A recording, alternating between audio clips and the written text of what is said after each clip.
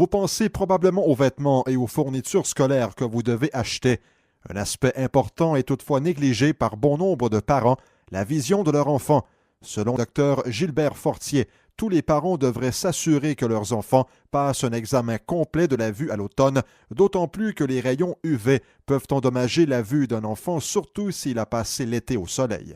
Il est important que votre enfant visite régulièrement un professionnel de la vue pour pouvoir détecter d'éventuels problèmes de vision et recevoir les conseils nécessaires pour choisir des lunettes appropriées s'il y a lieu. Cet examen est important pour préserver la santé oculaire à long terme de votre enfant et, comme un rendez-vous annuel chez le dentiste ou le pédiatre, il ne doit pas être négligé. L'enfance est une période importante du développement de l'œil. Comme un enfant est exposé en moyenne à 3 fois plus de rayons UV annuellement qu'un adulte, il est essentiel qu'il porte les bonnes lunettes solaires pour protéger ses yeux. Des lentilles adaptatives, comme les verres à transition par exemple, qui s'ajustent automatiquement au changement de luminosité et qui protègent les yeux des éblouissements et bloquent les rayons UVA et UVB en tout temps, peuvent protéger les yeux d'un enfant lorsqu'il est à l'extérieur sans que ceux-ci doivent constamment changer de lunettes. Dr Gilbert Fortier ajoute qu'en moyenne, un enfant sur 4 est atteint d'un problème de vision qui n'est pas détecté, ce qui peut éventuellement entraîner de sérieux problèmes d'apprentissage chez les enfants d'âge scolaire.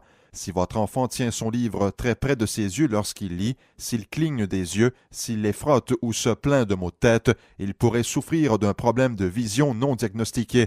Les enfants d'âge scolaire devraient subir un examen de la vue au moins une fois par année.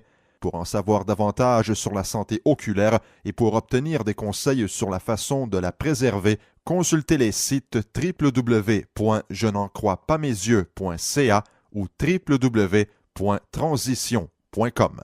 Un reportage de Denis Lépine.